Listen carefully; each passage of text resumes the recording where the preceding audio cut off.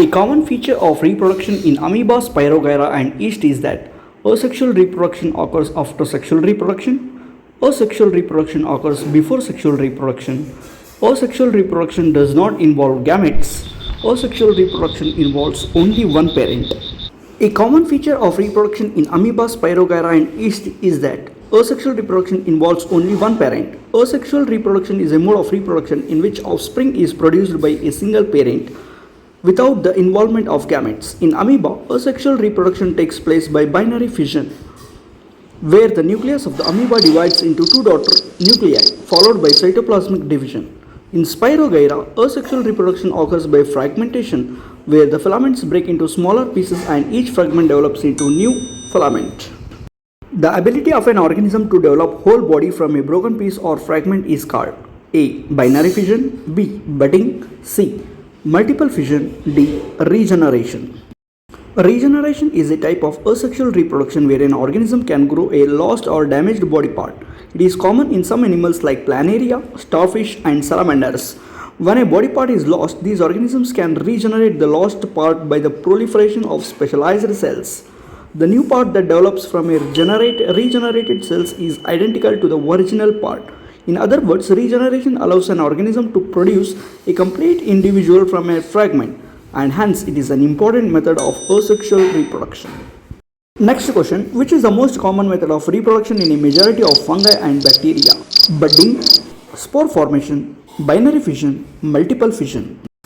Spore formation is the most common method of reproduction in majority of fungi and bacteria. Spores are small, lightweight, and resistant structures that are produced by many organisms to help them survive in unfavorable conditions.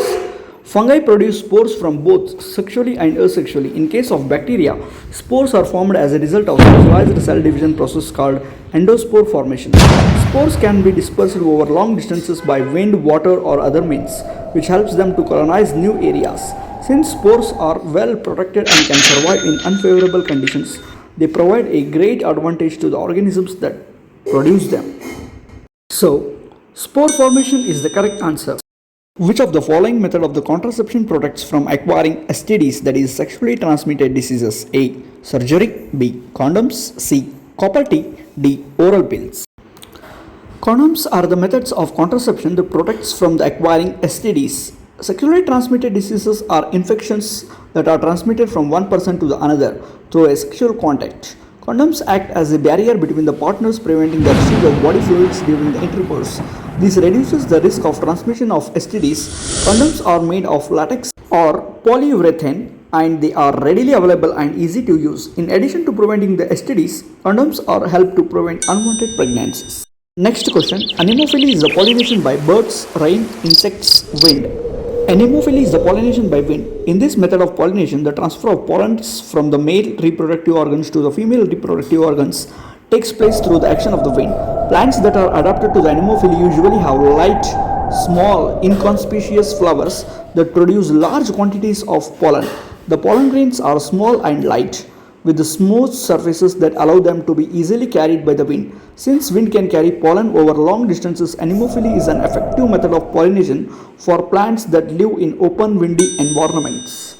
Next question, the embryo in humans gets nutrition from the mother's blood with the help of a special tissue called placenta, villi, uterus, womb. The placenta allows the exchange of nutrients, oxygen, and waste products between the mother and the fetus. The mother's blood flows through the placenta, where it comes into the close contact with the fetal blood. This allows for the exchange of oxygen and nutrients from the mother to the fetus and waste products from the fetus to the mother. The placenta also produces hormones that help maintain the pregnancy and prepare the mother's body for labor. Which part of the flower forms the fruit? Whole flower, only stamen and carpel, only ovary, only carpel. The ovary is the part of the flower that contains ovules. After fertilization, the ovary develops into a fruit, which contains seeds. The other parts of the flower, such as petals and stamens, do not form the fruit. Hence, option C, only ovary, is the correct answer. Next question, fertilization in plants occurs in the embryo sac, style, pollen tube, stigma. The embryo sac is the female gametophyte in angiosperms. Fertilization occurs when a pollen grain lands on the stigma and sends a pollen tube down the style to the ovary. The sperm inside the pollen grain then fertilizes the egg cell inside the embryo sac, leading to the formation of a zygote. Hence, option A, embryo sac is the correct answer. Next, the ability to reproduce is lost in a female after fertilization, menstruation, gamete formation, menopause. Menopause is a natural biological process in females that occurs between the ages of 45 to 55. During this time, the ovaries stop producing eggs and menstruation ceases. As a result, a female is no longer able to become pregnant. So, option D, menopause is the correct answer.